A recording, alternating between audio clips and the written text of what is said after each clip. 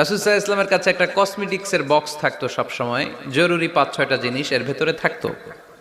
ওখানে আল্লাহ রাসূল সাল্লাল্লাহু আলাইহি সাল্লাম চিরুনি রাখতেন। চিরুনি, আপনারা চুল আঁচড়ান তো চিরুনি দিয়ে, সবসময় পরিপাটি থাকবেন, এটা সুন্নাহ।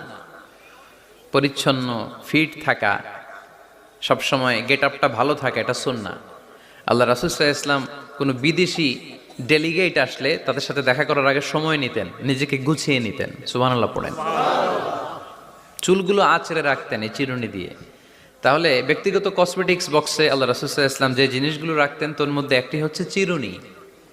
2 নাম্বার, আল্লাহ রাসূল সাল্লাল্লাহু আলাইহি ওয়াসাল্লাম জাইতুনের তেলের একটা ছোট্ট বোতল রাখতেন। ওয়াত্তিনি ওয়াজ জাইতুন, অলিভ অয়েল। অলিভ অয়েলের ওয়াজ করেছি গত বছর, যেখানেই আমার সাথে লোকজনের দেখা, কয় হুজুর এখন থেকে অলিভ অয়েল মাখি আমি, এজন্য সুন্দর হয়ে গেছি। তো অলিভ অয়েল রাখতেন, চিরুনি রাখতেন।